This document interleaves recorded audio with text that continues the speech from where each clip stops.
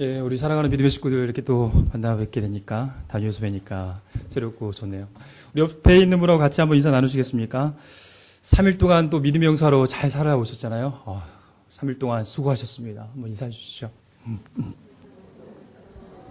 예, 손도 잡아주시면서 잘 오셨습니다. 예. 지금 이 모습이 사실 초대교회적인 사실 모습입니다. 예, 초대교회에서는 성도들이 모였을 때 말씀을 듣고 또 나누는 자리이기도 하였지만은 그 이전에 그 말씀의 그 권면의 자리이기 이전에 사실은 성도들이 모여서 일주일 동안 말씀 붙들고 믿음대로 살아가려고 얼마나 애를 썼겠어요. 예, 그 애쓴 우리 믿음의 형제들 다시 모여서 서로 권면하고 위로하며 일주일 동안 다시 말씀 붙들고 열심히 삽시다. 그런 도전하는 자리이고 위로하고 격려하는 자리입니다. 예, 우리 교회가 사실 그런 위로의 기능이 좀 회복이 되어지고 일주일 동안 또 삶의 현장에서 삶의 능력을 드러내는 자로 잘 살았으면 좋겠습니다. 오늘 본문의 주제의 말씀은 참 부담스럽습니다. 결혼 4년차 갓 전도사가 이거 전해도 되나 싶은데 예, 남편과 아내입니다. 예, 저 아직 제 아내 잘 모르겠는데 결혼도 잘 모르겠는데 말씀을 나눠야 되니 번데기 앞에 줄을 잡는 것 같아서 조심스럽긴 하지만 말씀을 힘입어 말씀대로 좀 나눠보도록 하겠습니다. 근데 말씀 결혼과 부부에 관련돼서는 설교들을 많이들 들으셨을 것 같아요. 예. 사실은 지금 당장이라도 나오셔서 설교하라면 하실 수 있는 우리 백 권사님도 계실 것 같고 우리 한유민 권사님도 계시고 예, 그렇지만 이제 말씀대로 제가 깨달은 바대로 좀 나누려고 할 텐데 지금 이 자리에 함께 하시는 게 하나님께서 나에게 주신 도전의 말씀이라 생각하시고 필요한 부분들을 말씀 좀 새기시는 시간이 되었으면 좋겠습니다. 여러분, 날짜 5월 21일 날이 무슨 날인지 아십니까? 5월 21일? 네? 다들 아시는군요. 전 이번에 준비하면서 알았어요. 5월 21일이 부부의 날이더라고요. 그랬군요. 다들 아셨구나. 예, 그러면은 넘어가요. 예, 부부의 날. 왜 부부의 날이 5월 21일인지도 아시겠네요? 21일? 그러시군요. 맞아요. 21일. 5월 가정의 달에 남편과 아내가 한 몸을 이룬 날이라고 해서 5월 21일 날을 그렇게 정했더라고요. 근데 그 정해진 게 단순히 한 기관에서 이렇게 해보자, 의미 있는 시간 가지자가 아니라 국가에서 기념일로 아예 제정을 했더라고요. 예, 부부의 또 가정의 소중함을 깨닫도록 하기 위해서 날을 아예 정했습니다. 근데 부부 가정 이거의 중요성에 대해서는 많이들 강조가 되고 있는 것 같아요. 특히 아직은 한국에서는 좀 덜한 부분이 있지만은 미국이나 해외를 보더라도 가정의 중요성에 대해서 사실 많이들 알고 그에 대한 투자들을 많이 아끼지 않고 있는 걸 보게 됩니다. 미국의 대형 회사들을 보면은 만약에 부부 싸움을 했다. 다음 날에 일 효율이 어떨까요? 집중이 될까요, 일에? 만약 이혼을 했다. 이거는 스트레스 지수로 따지면은 그 200의 스트레스 지수가 넘어가게 되면은 거의 이제 몸에 신체적인 질환이 일어날 정도로 심각한 스트레스 지수로 가는데 이혼은 거의 80, 90에 해당되는 엄청나게 높은 스트레스 지수거든요. 또 부모님과 배우자와 사랑하는 사람의 죽음은 거의 100이 넘어가고 엄청난 스트레스 지수예요. 근데 그거를 회사가 경제적 이 손실로 환산했을 때 그 손실이 엄청나다는 것들을 알게 되면서 가정에 좀 투자를 많이 하고 있습니다. 그래서 회사 내에서 가정을 회복시키기 위해서 나중에 그 이유를 좀 왜 웃으셨는지 모르겠지만 회사에서도 그거에 대한 경제적 손실이 큰 걸 알면서 투자들을 많이 하고 있죠. 그래서 레저와 상담, 또 가족 상담, 부부 상담, 또 리조트, 부부관계 증진 프로그램, 자녀 양육 지원 프로그램, 여행 프로그램 등 그런 것들을 많이 감당하고 있는 것들을 보게 됩니다. 근데 회사를 넘어서서 이건 사회적인 문제로도 사실은 심각한 문제이죠. 그런 거 느끼시는지 모르겠는데 제가 어렸을 때 생활했을 때보다 지금 시대의 그 각박함과 좀 위기의식은 좀 더 강한 것 같아요. 사회 자체가 조금 변화된 듯한 느낌들을 받게 되는데 물론 사회도 그 사람들의 그 공동체이기 때문에 사람이 변화되면서 문화가 변하면서 사회도 변하는 게 맞겠지만은 이 방향, 이 사회 시대의 흐름이 제가 느끼기에는 너무 무서운 방향으로 가고 있는 느낌들을 많이 느끼게 돼요. 아마 산업화 시대 이후에 가정에 집중하기보다는 물론 산업의 현장에 삶의 현장에서 돈을 버는 데 집중을 할 수밖에 없는 시대적 상황도 있긴 하지만은 사람들의 마음이 가치관이 무슨 돈에 더 가치를 많이 두기 시작하면서부터 사람에 대한 관심과 사람에 대한 이해가 많이 덜해지는 것들을 예전에 비해서 좀 많이 느낍니다. 저는 개인적으로. 일어나는 뉴스와 사건들을 보더라도 비도덕적이고 비인륜적인 사건들이 많지요. 부모 자식 간의 문제, 정말 입에 담을 수 없을 만큼 험한 일들이 있죠. 또 부부 간의 문제, 뭐 이해되지 않는 여러 가지 사기 행각들, 또 묻지마 폭행과 살인도 부쩍 늘었습니다. 예. 저런 사회적 문제의 범주에 들어가는 그런 사람들에 대해서 좀 조사한 결과, 재밌는 결과가 있어서 좀 살펴봤는데, 과거에 그런 역기능적, 그러니까 문제가 있고 좀 다툼이 있고 그 가정의 기능을 제대로 하지 못하는 그런 역기능적 가정 하에서 자라는 아이들을 대상으로 좀 조사를 해봤는데, 부모로부터 너는 콩밥 좀 먹어야 돼. 너는 콩밥 좀 먹어야 정신 차리겠구나. 이런 비슷한 얘기들을 대부분의 사람이, 90% 이상이 그런 얘기를 들은 적이 있다라고 얘기를 하더라고요. 가족 내에서 그런 얘기들, 가정의 역기능적 기능도 있지만 말로서 전해졌던 것들이 그 무의식과 내면 가운데 새겨진 그 아이들이 세상에 나와서 사실은 무의식 가운데 그런 일들을 하고 있는 것들을 보게 되는 거죠. 가정의 파괴가 자녀들에게도 상당히 영향을 끼치고 있는 것들은 뭐 굳이 설명하지 않아도 다 이해하실 겁니다. 건강하지 못한 부부와에서 건강하지 못한 가족 내에서 자랄 우리 자녀들의 미래는 그리 밝지 않죠. 그래서 또 가정의 그런 억압과 그 건강하지 못하면서 벗어나기 위해서 반사회적인 방식으로 나가든지, 아니 벗어나기 위해서 반사회적 방식이 아니어도 열심히 공부하고 뭘 성공을 추구하지만은 그게 가정에서 벗어나기 위한 하나의 방편으로 생각하고 열심히 하는 사람들, 성공하는 경우도 있고 또 반사회적 방법으로 나와서 뭔가 이뤄낸 사람도 있는데 그 결과물들은 항상 좋지는 않습니다. 성공은 이뤘지만은 그 내면에 아직 이 아픔과 상처가 해결되지 않은 상태에서 이룬 성공은 사실 남에게 공격하는 방향으로 되게 나가는 것들을 보게 되거든요. 그래서 부정적 영향력을 가정과 직장에서 이루는 것들을 보게 됩니다. 이런 케이스의 경우들이 자꾸 누적이 되면서 사회가 자정시킬 수 있는 이런 사회 수용 능력의 역량을 넘어서게 되면서부터 사회는 좀 혼란에 빠지고 여러 가지 경제적 지불도 부담도 지불을 해야 되는 그런 안타까운 상황들이 사실 우리나라 가운데서도 많이 보여지고 있는 것들을 느끼게 됩니다. 그래서 이 나라를 바로 세우기 위해서는 최소 구성단위인 이 가정을 바로 세워야 되겠다. 근데 사실 교회도 마찬가지죠. 이 교회의 가장 기초적인 구성 단위는 가정이죠. 가정이 무너지면은 교회 조직도 역시 흔들리게 됩니다. 하나님이 통치와 다스리심을 드러내기 위해서 교회를 주셨는데 그 교회가 흔들리면 역시 하나님의 나라, 하나님의 비전도 심각한 도전을 겪게 되죠. 왜냐하면 이 교회를 통해서 하나님께서 이 나라를, 이 땅들을, 이 열방을 회복시키고자 하는 마음이 사실 있으시죠. 그리스도의 현현이라고 하는 이 교회를 이 땅에 주신 이유가 이 만물 가운데 교회를 두시고 그 교회 가운데에서 예수 그리스도를 머리 삼아 우리 교회를 허락해 주신 이유는 이 교회를 통해서 하나님의 나라와 뜻을 이 땅 가운데 온전히 드러내며 이 무너져가고 아파하고 힘들어하는 이 열방을 구원시키기 위한 하나님의 비전이 그 안에 있는 거잖아요. 근데 그 교회조차도 이 가족의 위기로 말미암아 심각한 도전을 받을 수 있는. 그래서 여러 가지 이런 것들을 생각해 봤을 때에 이 가정에 대한 교회의 관심, 또 가정에 대한 개개인의 관심, 나 자신을 뛰어넘어서 사실 하나님의 관점으로 바라봐야 될 바로 그런 대상이라는 생각이 되어집니다. 그런 차원에서 오늘 말씀을 좀 살펴보려고 합니다. 서두가 되게 거창하죠. 우선 먼저 아내에게 좀 고면을 해볼까요? 아내 되신 분들, 남편이 어떤 존재이든 나하고 맞지 않고 이쁜 구석이 하나도 없어도 말씀이 그렇게 하라 하시니 밥은 못 먹고 서로 얼굴 바라보며 손가락만 빨들어도 남편을 귀하게 여기십시오. 아멘하기 쉽지 않죠. 남편분들 고면합니다. 아내가 대답해야 되는데 남편이 대답하셨어요. 간절함이 느껴지시죠?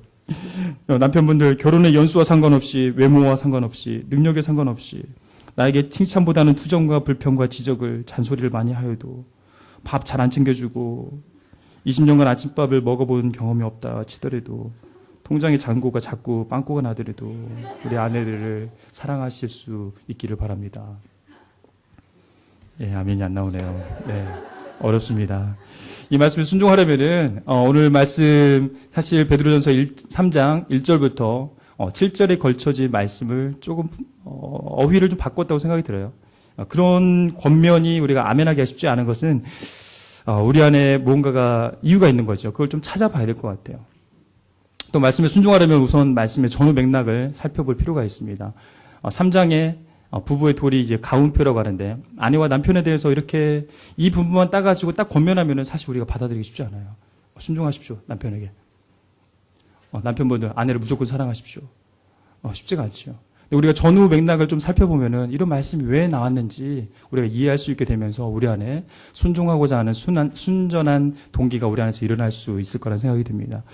베드로전서를 먼저 살펴보게 되면은 성경 공부는 아니지만 좀 더 전체적으로 맥락을 같이 살펴볼 텐데 베드로전서는 AD 64년경 이제 네로 왕이 다스릴 때 적힌 글로 보고 있는데 그 당시에는 기독교 박해가 가장 심했던 대학대 시기죠. 그 시기에 이제 바울 사도도 돌아가셨고, 베드로 사도로 지금 돌아가시기 직전에 이 글을 쓰고 있는 것입니다.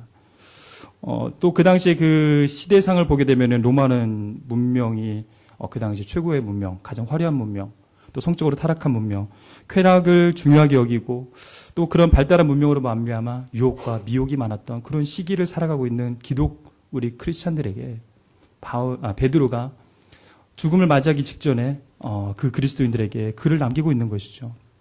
여러분은 믿음의 유산을 우리 자녀들에게 남겨줘야 된다라면은 그 마지막 순간에 무엇을 말씀을 하시겠습니까? 사도 베드로는 이렇게 고면하고 있습니다. 흔들리지 말고 견고해라. 이 땅에서의 삶을 똑바로 살아라. 그래서 구원을 얻어라.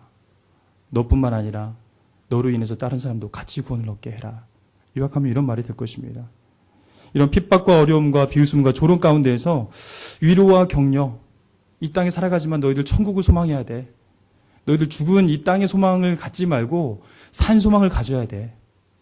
이 땅에 영원히 살 것처럼 살 것이 아니고 이 땅은 나그네로서 부르심을 받은 걸 기억하며 나그네처럼 살아가야 돼. 그러기 위해서 너희들이 이렇게 살아야 돼. 라고 권면하고 있는 내용인 거거든요. 몇 개의 구절들을 좀 살펴보면은 성경을 좀 같이 살펴보시겠어요? 1장 6절 7절 말씀. 1장 6절 7절 말씀 보게 되면은 여러 가지 시험으로 말미암아 잠깐 근심하게 되지 않을 수 없으나 오히려 크게 기뻐하라고 말씀하고 있습니다. 왜냐하면은 믿음의 확실함은 불로 연단하여도 없어질 금보다 귀하다. 그래서 그 믿음의 결국은 뭐라고요? 영혼의 구원이다라고 9절에 말씀하고 계십니다. 이 영혼의 구원이 바로 이 믿음으로 말미암아 주어지는 것인데 그래서 너희들은 시험을 당하더라도 기뻐해라.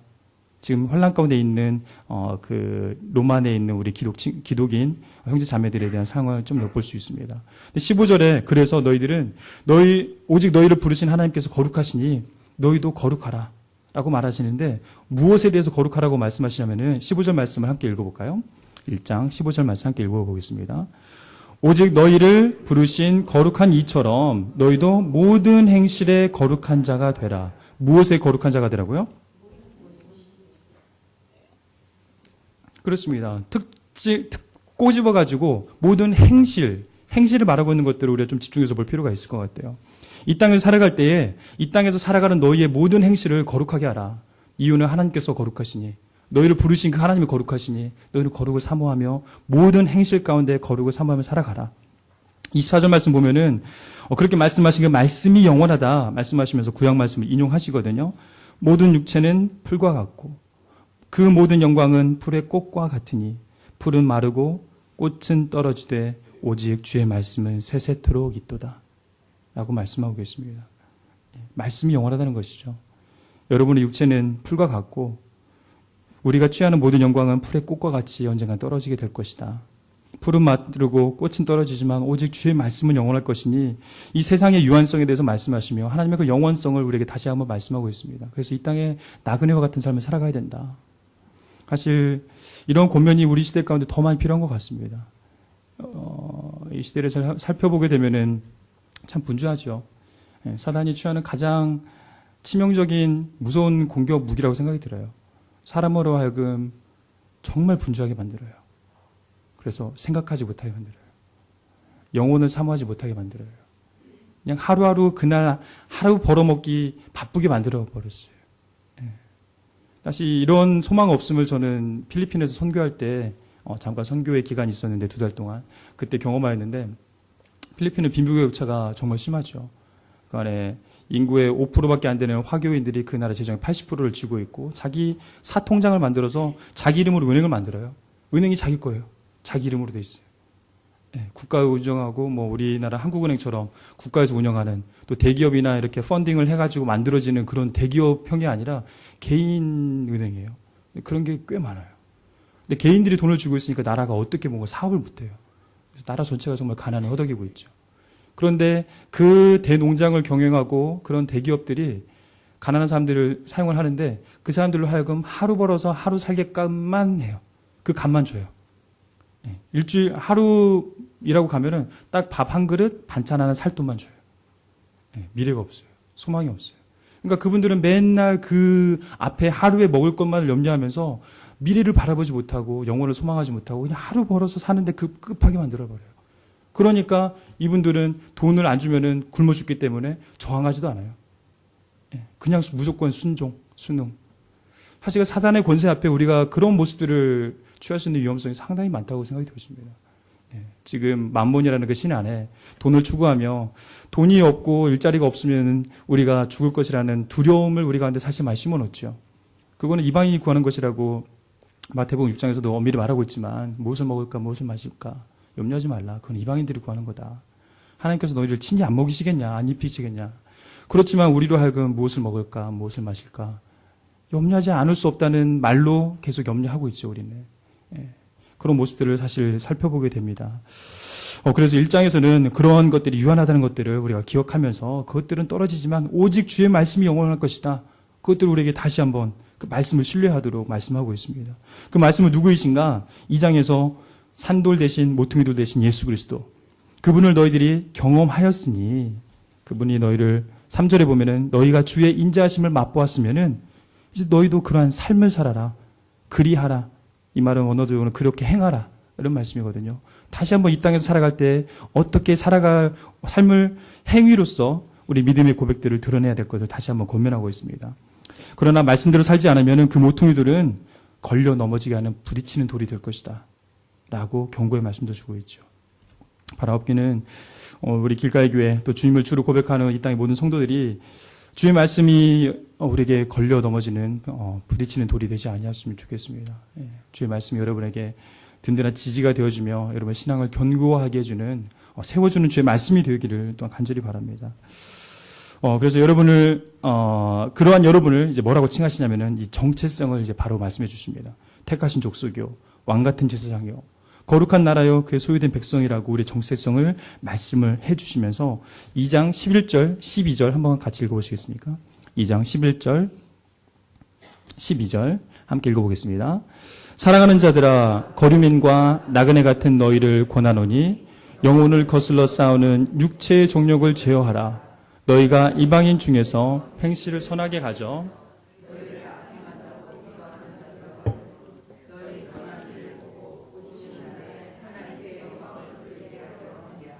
예, 거기서 우리에 대해서 뭐라고 칭하고 있습니까? 거류민과 나그네가 같은 너희들아 라고 하면서 다시 한번 우리의 정체성을 다시 한번 기억하게 해주시죠. 그러면서 그 이유에 대해서 계속 말씀하고 있는 이 땅의 제도와 이 땅의 상황에 대해서 우리가 어떻게 살아야 될지를 말씀하고 있는데 한마디로 요약하면 이런 겁니다. 1등 시민이 되어라. 너희들이 살아가고 있는 그 땅에서 1등 시민이 되어라. 그 땅에서 너희들이 허우적대는 시민이 아니고 그 땅에서 그 사람들과 동일한 시민이 아니고 또 불법을 자행하는 시민이 아니고 그 안에서 너희들이 1등 시민, 모범 시민이 되어라라고 권면하고 있는 내용들이 그 이후에 쭉 나오고 있습니다. 근데 그러면서 그렇지만 19절, 20절을 보면은 그렇게 너희들이 선하게 선행을 행하며 살아가더라도 부당하게 고난을 당할 수 있다. 20절에 죄가 있어서 매를 맞으면 무슨 칭찬이 있겠느냐. 선을 행하고 고난을 받으면은 이게 하나님 앞에서 아름답다. 21절에 이를 위하여 너희가 부르심을 받았다. 바로 이것을 위해서 여러분이 부르심을 받은 것이라는 것이죠. 그러면서 21절 하반절에 보면은 예수 그리스도께서 친히 그 본을 보이시면서 그 자취를 따라오게 하셨다. 바로 이것 때문에 우리를 부르신 것이다 라고 말씀하십니다. 그래서 고난을 받으사 본을 끼치셨다는 것은 예수님께서 행하신 그 행위대로 선행을 행하며 행실을 따라가고 그러도록 애를 쓰라고 말씀하시면서 오늘 본문의 3장에 나온 것입니다. 천국 시민으로서의 삶을 살아가라. 1등 시민으로 삶을 살아가라, 이 땅에서. 그런데 이 나라의 국가관에 대해서도 2장 하반절에 말하고 그런 맥락 하에서 3장의 남편과 아내 얘기가 나오는 것입니다. 단순히 좋은 남편 되어라, 단순히 좋은 아내 되어라 이게 아니라 천국 시민으로서의 남편, 이 땅을 거류민으로 살아가고 이 땅에 거룩한 나그네로서 살아가는 너희 기독인들, 아내들, 너희들 어떻게 살아가야 되겠느냐. 그런 말씀에서 우리에게 말씀하고 있는 것이죠. 택하신 족속이고 왕같은 제사장이고 거룩한 나라고 그의 소유된 백성으로서 삶을 똑바로 살아 어두운 가운데서 있던 우리를 불러내어 그의 기이하고 아름다운 덕을 선전하도록 우리를 부르신 그 하나님의 부르심에 합당하게 살아가기 위해서 아내로서는 어떻게 살아가야 되며 남편으로서는 어떻게 살아가야 될지, 이 땅에 살아갈 때 그냥 소시민적으로 그냥 살아가는데 급급하지 아니하고 모범이 되는 1등 시민으로 살아가야 너희를 통해서 하나님께서 하나님 너희를 통하여서 이 나라의 새로운 모델적인 모습을 바라보는 사람들이 도전을 받고 이 나라의 하나님의 교회와 하나님의 백성이 소망의 등불이 되어질 수 있지 않겠느냐. 이 세상을 바꾸고 하나님 나라를 회복시키는 통로로 너희들이 세워질 수 있지 않겠느냐. 그런 차원에서 아내와 남편의 관계를 상정하고 있다고 생각이 되어집니다. 그러나 그렇게 사는 것이 너무 녹록지 않죠. 왜일까요? 천국의 시민으로서의 남편과 거룩한 아내, 1등 시민으로서의 아내가 되기 위해서 회복해야 될 단어들이 좀 있다고 생각이 되어집니다. 그래서 오늘 본문을 통해서 한 3가지, 4가지 정도 단어들을 우리 안에서, 우리 부부 안에서, 사실 부부를 뛰어넘어 이 가정 내에서 회복해가는 일들이 있었으면 좋겠습니다. 첫 번째로 2절 말씀 함께 읽어볼까요? 3장 2절 말씀. 우리 가정 내에서, 우리 부부 사이에서 회복해야 될 첫 번째 단어 2절입니다. 함께 읽겠습니다. 너희의 두려워하며 정결한 행실을 봄이라. 여기에 두려워하며, 언어적으로 이제 경외라는 단어로 바꿀 수 있을 것 같습니다. 누구를 향한 경외이겠습니까? 남편에 대한, 남편 무서워하라는 얘기 아니죠. 예. 하나님을 향한 경외감. 하나님을 경외하면은 행실이 바뀔 수 있기 때문에 하나님의 그 존재를 인정할 때 경외감이 생기는 것이죠. 그렇다면 그 하나님을 향한 경외감, 이것이 어디에 이런 경외감이 드러나야 될까요? 사실은 하나님을 향한 경외감은 우리가 함께 예배드려지는 이런 공간 내에서는 우리가 참 많이 느끼죠. 하나님 앞에서 행실 하나하나, 말하는 거 하나하나 조심하려고 더 애를 쓰고, 특별히 이 예배드리는 이 시간, 이 장소 가운데서는 행동 하나조차도, 기침하는 것조차도 되게 조심스러워 하잖아요. 우리 안에 무엇 때문에 그런 마음을 가졌는지 모르겠지만 그것도 하나의 경외감의 한 모양이라고 생각이 되어지는데, 그런 경외감이 우리 안에서 회복이 되어져야 되는데 어디에서? 가정 내에서. 가정 내에서 그런 경외감이 회복이 되어져야 됩니다. 예배기는 뜨겁게 드리고 경외함으로 하나님을 예배하면서 집에 갈 때 하나님을 안 모시고 가세요. 하나님은 성전에 계시온 이곳에 계세요. 저희 집에는 저하고 남편만 갈 테니 하고 집에 가서는 하나님 없이 살아간다라면은 크게 경외감이 사실은 소실되어진 부분인 것이죠. 바로 이분법적인 우리 신앙의 모습, 이 분류해서 장소와 시간을 분류해내서 이곳에 이 시간에는 하나님이 계시고 나머지 공간과 나머지 시간에는 하나님이 안 계신 것처럼 살아가는 것은 사실 우리 신앙생활에 가장 경각심을 느껴야 될 부분 중에 하나라고 생각이 되어집니다. 특히 예전에도 몇 번 나눴지만 주일 성수 참 바르게 우리가 생각해야 되죠. 그 정해진 시간에 정해진 장소에서 있으면은 예배 드린 겁니까? 주일 성수한 겁니까? 그리고 축도 받고 나면은 축도 받은 다음부터는 예배 끝났으니까 문 밖에 나오는 순간부터는 세상 사람과 세속의 가치를 동일하게 가지고 그냥 세속에서 똑같이 살아가면은 그거 좀 문제 있잖아요. 예. 하나님을 경외한다고 하려면은 하나님이 모든 시간과 모든 장소에 계심을 우리가 알고 고백하는 것이기에 모든 영역 가운데 하나님이 계신 것을 인정하며 그 하나님을 의지하며 살아가는, 또 하나님을 인식하며 의식하며 살아가는 것이 맞는 것이죠.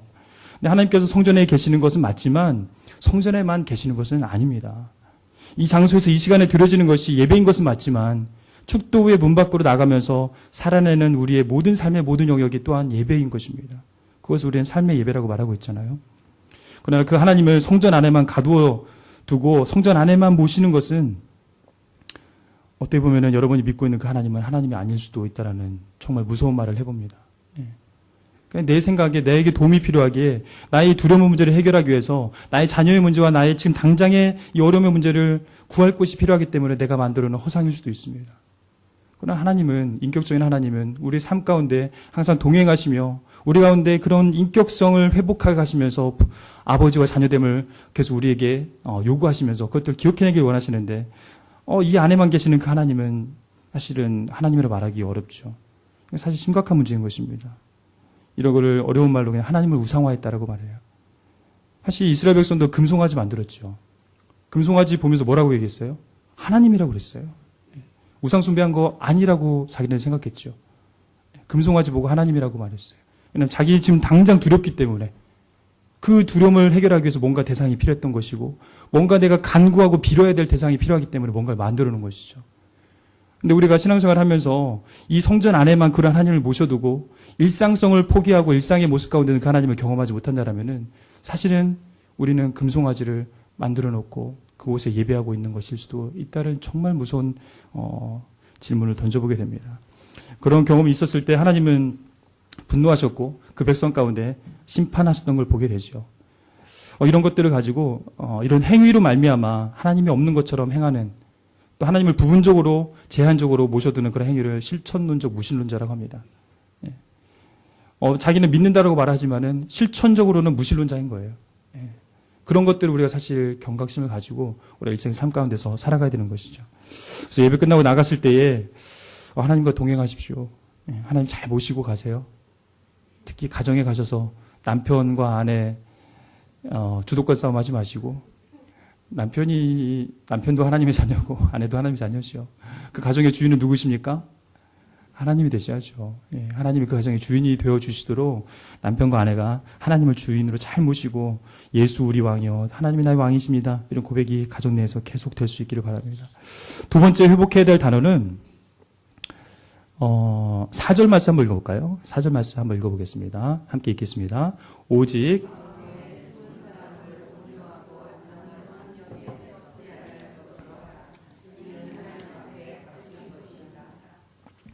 표현이 너무 아름답더라고요. 오직 마음에 숨은 사람. 마음에 숨은 사람이 무엇일까? 바로 우리 내면 세계라는 단어로 좀 바꿔봅니다. 속사람, 우리 인격, 우리 성품. 여러분의 그 속사람으로 내면의 그 성품과 인격으로 그 썩지 아니할 것으로 하나님 앞에서 그게 값진 것이니까 그걸로 섬기라는 것이죠. 남편과 아내의 관계에서 또 교회 내에서 성도들과 간의 관계 내에서 또 가정 내에서 남편과 아내와 우리 자녀들과의 관계 내에서 우리가 신경 써야 될 부분은 사실은 우리 내면의 속사람입니다.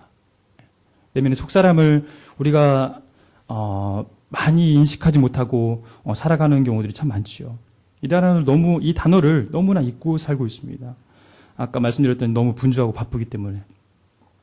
또 한편으로는 마치 바쁘게 사는 것이 되게 멋있는 걸라고 생각하고 있지 않아요? 막 분주하게 사는 사람들 보면 되게 멋있어 보이죠. 뭔가 하는 것 같고. 나도 막 바쁘게 살고 싶죠. 괜히 한가하게 뭐 안 하고 있으면은 나만 퇴보되는 것 같고 좀 두렵지 않으세요? 그런 마음들이 있어요. 이 사회를 피로 사회라고 하죠. 정말 사람들이 피곤하게 살아요. 외국 뭐 생활을 좀 해본 사람들은 또 여기 있었던 외국인 친구들과 잠깐 얘기를 나눠봤는데 여긴 너무 놀기 좋다. 여기 있고 싶다. 그래 살고 싶진 않다고 그래요. 항상 쫓긴대요. 뭔가 마음이 그냥 불안하대요. 막 여기 있으면. 근데 그 안에 살고 있는 우리는 뭔가 항상 쫓기는 듯한 삶을 항상 살아가고 있죠. 쉼과 안식. 하나님께서 허락하신 그런 쉼과 안식을 못 누리고 있어요. 심지어는 가정 내에서도 고3 학생 하나 있으면은 온 가족이 그냥 긴장하고, 그럴 수밖에 없고, 쉼이 안식이 없죠. 그래서 이 피로사회라고 말하는 이 사회, 이렇게 가다가는 진짜로 피로 물든 사회가 될 것 같아서, 좀 우리 안에 이 안식과 회복, 희년의 선포가, 교회 내에서부터 좀 필요하겠다. 주일에 이 안식일을 어떻게 하면 정말 안식일답게 우리가 보낼 수 있을까? 참 고민이 되어집니다. 그래서 예전에 큐티 세미나 할 때는 이런 것들을 같이 해봤는데, 이렇게 4분할 해가지고, 세로축은 중요한 것, 가래축은 이제 긴급한 것 해서, 오른쪽 우상은 긴급하고 중요한 것, 우하는, 좌상은 알겠죠? 여기 되게 덥네요. 죄송한데 제가 좀 재킷을 벗어도 되겠습니까? 열이 자꾸 올라와가지고. 죄송합니다.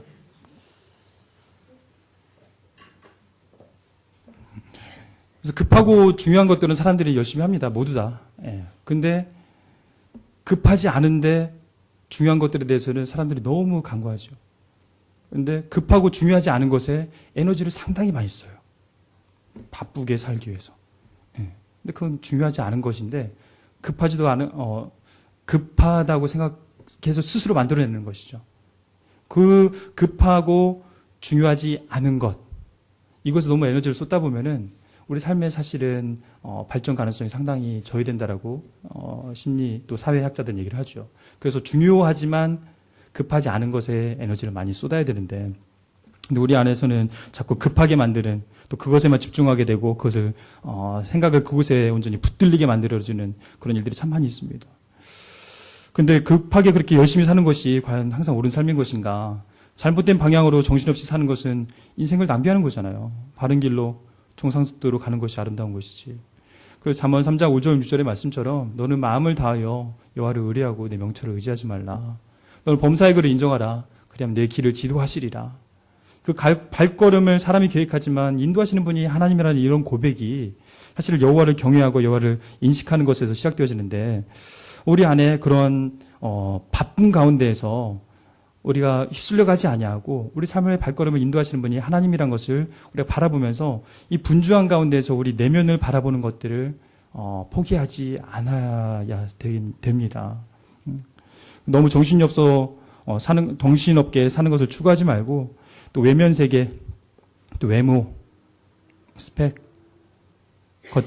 거치장하는 거, 화려함, 보여지는 것을 통해서 자기를 증명하려는, 또 그것을 통해서 너희를 증명하라라고 얘기하는 이 사회의 소리에 너무 민감하지 말고, 우리 내면 세계의 이 속사람, 우리 존재를 통하여서 이 땅 가운데 여러분의 존재를 드러낼 수 있도록, 증명할 수 있도록 우리 내면 세계를 좀 더 살펴야 될 것입니다.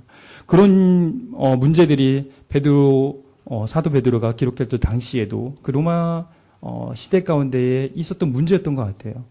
1, 2세기 당시 로마 제국에서는 대도시에 사는 유복한 여인들이 머리 모양이나 장신구 또는 화장이나 옷 등으로 자신을 화려하게 치장하는 데에 많은 공을 들였는데 마음을 가꾸는 데에는 별 관심이 없었다고 합니다. 그래서 그리스도인들, 너희들은 그러면 안 된다. 그런 것들 사모하며 부러워하며 쫓아가지 말고 하나님 앞에서 값진 것, 그 너희 내면의 속사람, 마음에 숨어있는 그 사람을 더 살펴라 라고 얘기를 하고 있는 것이죠. 겉에 화려한 것을 꾸미는 것들을 사모하다 보면 사람들은 사실 가면을 계속 쓰기 시작하죠. 남들의 이목에 맞게, 남들이 보는데 멋있는 사람이 되기 위해서 자꾸 가면을 쓰게 되고, 그런 걸 이제 마스케라라고 하잖아요. 마스크를 쓰고 살아가는 것이죠. 사람들이 성장 과정 가운데 수많은 마스크를 우리가 쓰고 사실 무의식 가운데 살아가고 있죠.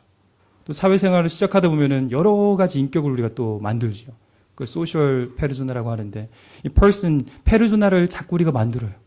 나의 진정한 모습, 나의 진정성 있는 나의 모습이 아니라 이 사람에게 멋있게 보이기 위해서, 저 사람에게 멋지게 보이기 위해서 자꾸 가면을 쓰고 뭔가 새로운 인격들을 만들어내며 나의 진정한 내 모습을 보지 못하고 내 내면 세계를 보지 못하고 자꾸 바깥의 것에 반응하면서 내 내면 보기를 포기하면서 살아가는 것들을 많이 보게 됩니다. 근데 그 가면을 벗고 하나님 앞에 나오도록, 하나님은 우리 예전에 시편 말씀 묵상할 때부터 계속 나왔잖아요. 성경임에도 불구하고 수많은 저주의 말들과 전혀 거룩하지 않고 부정하며 불결하며 성적으로 문제가 되는 단어들을 써놓은 이유는 그 하나님 앞에서 정직성을 사실 우리에게 요구하시는 하나의 징표이거든요. 너희들이 하나님 앞에서 가식적이고 헛된 모습으로 나오지 말고 있는 모습 그대로 나와라. 근데 그 모습을 하나님 앞에 들고 나아갔을 때에 그때 어떤 일이 발생하냐면은 그때의 어루만져 주심이 있고 그 안에서 회복이 있거든요. 근데 항상 하나님 앞에서도, 사람 앞에서 그렇게 습관적으로 하다 보니까 하나님 앞에서도 이 내면 세계의 문제를 보지 않고 정직하게 나가지 않고 멋있게 나가려는 분들이 참 많아요. 하나님 앞에서도 가면을 쓰고 나가요. 하나님 앞에서도 멋지게 보이려고 나가요. 근데 하나님은 그런 거를 원치 않으시죠. 근데 그런 하나님 앞에 나가는 그런 가운데서 정직성을 가지고 나갈 수 있도록 가장 잘 훈련되는 공간이 저는 이 부부관계라는 생각이 들어요. 왜냐하면 부부관계에서 가면 쓰고 사세요? 가면을 좀 썼으면 좋겠죠. 너무 안 쓰고 살아가지고 문제죠. 네. 가면을 너무 안 써주고 심지어는 화장도 안 하고 맞이해주는 경우들이 있어서 가끔 놀라시잖아요. 근데 우리 안에 이런 가면이 벗겨지는 그 공간이 바로 부부 관계, 또 가정이라는 생각이 말씀을 준비하는 가운데 많이 주셨어요. 그래서 부부 관계는 정말 투명하게 자기 자신을 바라볼 수 있는 거울이구나. 예. 신앙생활을 교회에서는 다 잘해요. 교회에서의 모습이 자기 신앙 아니에요. 자기 신앙의 진짜 모습은 가정에서의 보여진, 남편에게서 보여진 내 모습, 아내에게서 보여진 내 모습, 자녀에게서 보여진 내 모습이 진짜 신앙의 모습인 것 같아요. 근데 그 진짜 어렵죠. 남편에게 칭찬받기 어렵죠. 아내에게 칭찬받기 어려워요. 자녀에게 존경받기 되게 어렵죠. 그만큼 그 가면을 벗고 살아가는 그 공간이, 제가 볼 때는 정말 우리 생각을 조금만 바꾸면은, 그 시간이 내 진짜의 모습이구나. 근데 하나님을 경외함으로 그 가정에 하나님이 계심을 내가 인정하면서 내 지금 보여지는 모습이 하나님 보시기에 아름다운 모습이 아니면은 이 모습 바꾸면 되잖아요. 이 모습 바꾸면 되잖아요. 그래서 유진 피터스는 이렇게 얘기하더라고요. 내 아내의 얼굴이 내 믿음의 이력서다. 내 남편의 얼굴이 내 믿음의 이력서다. 남편이 얼굴 찡그리고 있으면은 아내 조금 서로 간에 책임이 있죠. 전부 다 서로를 위해서 노력을 해야 되는 부분들인데, 그런 가면이 벗겨지고 순수한 내 모습이 드러나는 그 장소, 그 시간을 우리가 잘 가꾸고 정말 하나님이 원하시는 모습대로 만들어가면은 좋겠다. 그런 생각이 너무 들었습니다. 자기 자신의 실제 모습을 바라볼 수 있도록 하는 부부관계는 좋은 신앙 훈련의 장이다. 그래서 그리스도를 믿음으로 말미암아 그와 연합된 자들로서 그리스도를 닮은 인격과 성품을 갖출 수 있는 공간이 바로 그곳입니다. 그래서 이 훈련의 기회를 좀 짜증과 감정의 이런 투사로 막 상처를 주는 일들로 이렇게 날려버리지 마시고, 이런 기회가 우리 영혼의 훈련에, 이 내면의 훈련에 좋은 장소로, 또 내면이 더욱더 유익하여져서 우리 내면 세계가 더욱더 하나님 앞에 바로 세워지고 정리가 되어지는 공간으로, 이런 부부관계, 또 자녀와의 관계가 좋은 도구로 사용될 수 있었으면 좋겠다. 그래서 영적으로 닮고 싶은 신앙의 모델이 되는 남편이 되어주십시오. 남편분들. 네, 이 시점에는 아멘 나와도 괜찮은데, 영적으로 닮고 싶은 신앙의 모델이 되어주는 남편이 되어주십시오. 네. 아내에게서 그런 얘기를 들을 수 있도록, 또 도전을 주고 항상 깨어있도록 영적 민감성을 회복하는 사랑의 아내들이 되어주십시오. 우리 남편들이 그런 말을 할 수 있도록. 할렐루야. 아멘. 은혜 많이 받으셨네요.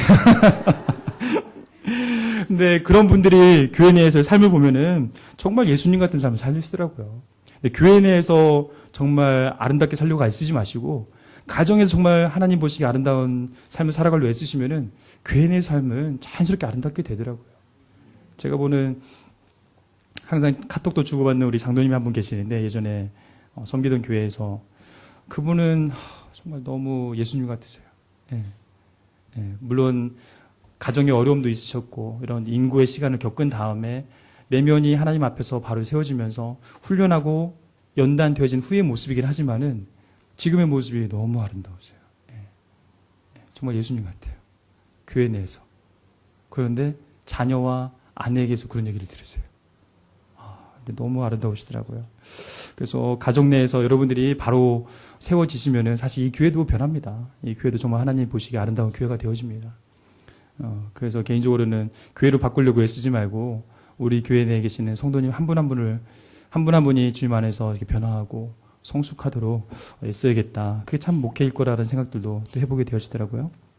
세 번째로, 지금까지는 이제 자기 자신에 대한 부분이었다면은 세 번째로는 남에 대해서, 타인에 대해서, 그런 부분에 대해서 우리가 회복해야 될 단어, 세 번째, 지식이라고 생각이 되었습니다. 7절 말씀 한번 읽어볼까요? 7절. 사실 아내들은 남편들은 나오지만은 이 성 구분은 상관이 없습니다. 그 당시에 시대상의 문제로 인해서 그 당시의 아내와 그 당시의 남편들에게 말한 것인데, 사실은 이건 우리 모두에게 동일하게 말해지는 부분이라고 생각이 들어서 7절 말씀, 남편들 하지만은 아내분들에게도 해주는 말씀 생각하고 한번 읽어보겠습니다. 같이 한번 읽어볼까요? 남편들아,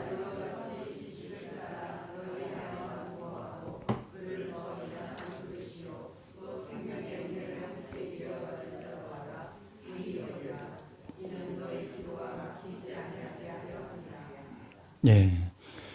여기서 기도가 막히지 않기 위해서 우리에게 권면하고 있는 세 번째 단어. 지식을 따라 너희 아내와 동거하고. 이거 이해가 되세요?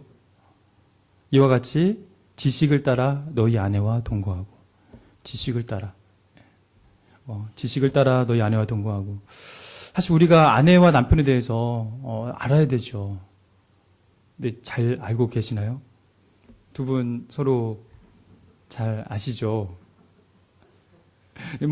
너무 아름다우세요, 두 분 보시. 예, 잘 아실 것 같아요. 근데 이 두 번째 단어에서 이제 가면을 벗고 자신의 속사람을 또 그리스도의 장성한 분량까지 회복시키려고 노력하는 사람은 이제 그 눈을 돌려서 상대를 바라보게 됩니다. 상대를 향해서 지식을 가지고 대해야 된다고 얘기하죠. 하나의 그런 예화가 있었는데 이번에 블로그 준비하다가 블로그에서 한 이 단어 제가 나누려는 이 단어를 키워드로 했을 때 나왔던 하나의 내용을 보니까 미국의 하나 신학교 수업 이야기인데 교수님이 새로 오셨어요. 이제 수업을 시작하려고 해요. 긴장되죠. 근데 수업에 들어가려고 하는데 한 학생이 커피를 뽑고 앞에서 기다리고 있으면서 선생님한테 드리려고 했어요. 선생님이 커피를 마시면은 목이 좀 메이고 말이 잘 안 되는 자기 상황을 알기 때문에 또 급하게 수업 시간에 맞춰 들어가야 되니까 아니다고 하고 그냥 들어가 버렸어요. 그 다음부터 뭔가가 좀 이상해졌어요. 이 학생이 수업에 들어와서 수업 내내 당혹스러운 질문만 하고 불편한 질문들을 계속하는 거예요. 수업의 진행에 방해가 될 정도로. 근데 그게 한 수업에서만 끝난 게 아니라 학기 내내 그런 거예요, 이 학생이.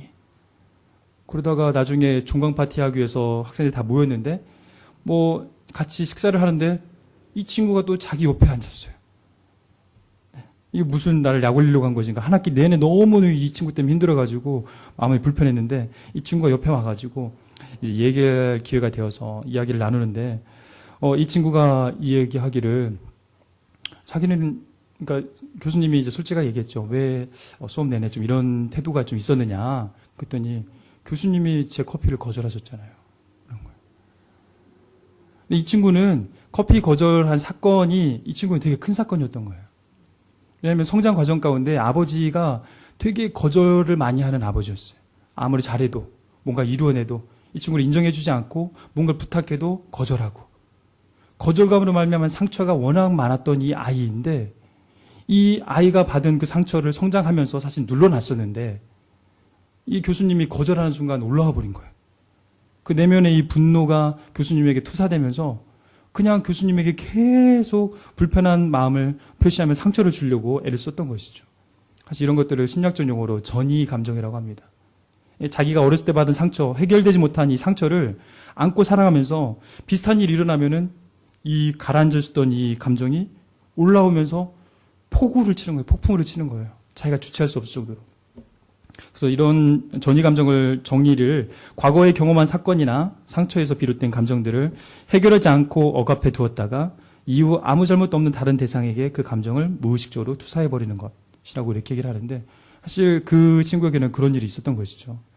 근데 이런 상처가 있을 때 어릴 적 받은 상처나 이제 자존감의 열등감의 문제로 문제가 있는 그 아이들이 사실은 감정을 이해받고 싶은 마음 때문에 감정을 인정받고 좋은 피드백을 받고 싶어서 대상을 찾습니다. 그리고 이제 전이감정 대상이라고 하는데 그 대상을 찾았는데 그 대상에 대해서 거절감을 받았을 때 상처가 엄청나게 큰 거죠. 근데 안타깝게도 누가 이 감정 전이의 대상자가 가장 많이 되냐면은 부부관계에서 남편과 아내가 바로 그 대상자인 경우가 많습니다. 남편에게 기대하죠. 완벽한 부모는 없으니까 부모에게 받지 못한 일부분의 상처와 아픔을 남편에게 기대하는 부분이 있을 거예요. 반대로 이제 아내도 남편도 아내에게 뭔가 기대하는 부분들이 있겠죠. 근데 그런 부분에 대해서 감정이 가장 가까운 사람, 사랑하는 사람, 이 상처를 해결해 줄 것 같은 그 배우자에게 그분들을 기대하면서 나아가는데 사실 결혼 생활 해보면은 그런 부분들이 잘 충족이 안 되잖아요. 그러다 보니까 해결되지 않은 이 상처의 문제, 이것들이 계속 올라와서 상처를 주고 아픔을 주고 가족 내의 상처들이 더욱더 커지는 것들을 보게 되는 것이죠. 근데 사실 이거는 그런 일이 있을 때에 이 사랑하는 내 아내와 남편이 뭔가 과거에 아픔이 있구나. 이것들을 인식하면서 그것들을 찾기 위한 노력을 하고 그 지식을 쌓아가려고 사실 노력하면 되는데 사실은 그것에 대해서 우리도 감정적으로 반응하는 경우가 많죠. 예. 아내의 이상적인 행동, 남편의 좀 급박한 행동들에는 다 이유가 있습니다, 사실은. 그러니까 사람을 그래서 그러니까 히스토리컬 다큐멘터리라고 하는데 여기 다 문서화돼 있어요. 이 안에 다 적혀 있는 거예요, 사실은. 그것들을 찾아내려고 애를 써야 되는데 그런 것들을 알아가려는 그런 지식을 가져라. 지식을 따라해서 저는 그런 부분이 사실 많이 보여지더라고요. 아내와 동거할 때, 남편과 동거할 때 상대에 대한 그 과거의 히스토리를 사실 많이 나눠야 됩니다. 그래서 상담과 심리학에서도 사람을 치유할 때 그 사람의 과거력을 항상 살펴보잖아요. 과거력이 어떤지. 또 원가족을 살펴보죠. 부모님 때의 그 가족의 상황은 어떤지. 그 내의 관계들은 어땠는지. 그것들을 살펴보면서 그 안에의 문제들을 유추하면서 지금 현재의 모습이 이때의 하나의 결과물인 것들을 바라보고 인식할 수 있어서 그 가운데 또 해결점을 찾아가려고 노력하게 되는 것이죠. 요즘 뭐 결혼 예비학교, 부부학교 얼마나 많습니까? 또 좋은 서적도 얼마나 많이 있습니까? 근데 그런 서적들을 좀 참고하면서 서로 이성에 대해서 알아가려는 또 서로에 대해서 알아가려는 그런 노력들을 우리 안에서 좀 많이 해갈 수 있었으면 좋겠습니다. 예. 지금 표정들을 보니까 이제 끝날 때가 된 것 같아서 예, 죄송합니다. 제가 열정이 많아가지고 원래 한 4장 써야 되는데 지금 9장을 써가지고 저도 빨리빨리 지금 전해드리고 싶어서 말도 너무 빨라져가지고 이제 끊을게요. 그래야 될 것 같아요. 아직 몇 장 남았는데 아쉽지만 이건 저만 볼게요. 예, 저만 보고. 예, 워낙 보시고 싶으면 오세요. 드릴게요. 그래서 말씀을 맺겠습니다. 말씀은 이건 남편과 아내에 대해서 말씀하고 있는 이 말씀, 여러분 남편을 사랑하고 또 아내를 사랑하고 남편을 이해하고 남편을 품고 정말 하나님이 원하시는 가정을 세워가야죠. 그거는 다른 이유 때문이 아니라 영혼을 사모하며 저 천국을 소망하며 살아가는 여러분의 그 정체성 때문인 것입니다. 여러분이 바로 하나님의 백성이고 영혼을 사모하며 살아가는 그 분들이시기 때문에 성숙한 천국 시민으로 1등 시민으로서의 남편, 그런 시민으로서의 아내, 그런 삶을 살아가도록 부탁하고 있는 것입니다. 근데 이것들이 잘 안 되면은 그 7절의 마지막에 있는 것처럼 기도가 막혀요. 예, 기도가 막혀서 힘들어요. 여러분이 힘들어요. 예. 기도해 보시면은 교회 안에서는 문제 없는 것처럼 하지만은 가족 내에 있는 문제를 덮어두고 하나님 앞에 와서 기도할 때 좀 답답하지 않으세요?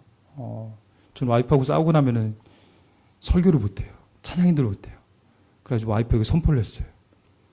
토요일 날에 나하고 싸울 거면은 집에 안 들어가겠잖아. 주일날 난 예배를 할 수가 없다 그러면. 근데 하나님 이게 기도가 막히는 것들을 사실 여러분들이 더 많이 경험하시잖아요. 또 여러분 스스로를 위해서도 또한 여러분의 그 부부의 모습이 자녀에게 이게 DNA처럼 보여지고 느껴지는 분들이 상당히 많이 있습니다. 자녀의 삶이 사실 부모의 삶 이상으로 넘어가기 부단히 애를 쓰지 않으면 어려워요. 우리 자녀를 위해서도 사실 가정을 바로 세워주셔야 돼요. 자녀를 사랑하시는 여러분, 난 그 마음으로 남편을 사랑해 주세요. 그 마음으로 아내를 사랑해 주세요. 그러면 우리 가정이 정말 하나님이 원하시는 가정, 이 땅 가운데 대안이 되어지고 소망이 되어지는 그런 가정이 되어질 거라고 생각이 되어집니다. 예, 그래서 그 4가지를 한번 기억해 주세요. 하나님을 경외하는 거 잊지 말고 경외함으로 우리 가정 내에서도 하나님이 계시다. 그 하나님이 내 앞에 우리 가정 안에 계시지. 이 마음 잊지 않았으면 좋겠고 그런 마음으로 나의 내면 세계 너무 밖에 보여지는 거 사람이 추구하고 사람이 인정해 주는 거 쫓지 말고 이 내면 세계 내 속사람이 하나님 앞에서 어떻게 세워져 있는지 그것들을 좀 더 살피는 시간들을 많이 가져주시고 또 사랑하는 배우자에 대한 지식 또 사랑하는 자녀에 대한 지식을 갖추기 위해서 많이 애를 써주시고 나누진 않았지만 상대를 위한 사랑과 긍휼 존중하는 마음들이 우리 가정 내에 회복이 되어져서 정말 하나님이 원하시는 가정이 우리 안에 회복이 되어졌으면 좋겠습니다. 우리 같이 한번 기도하실까요?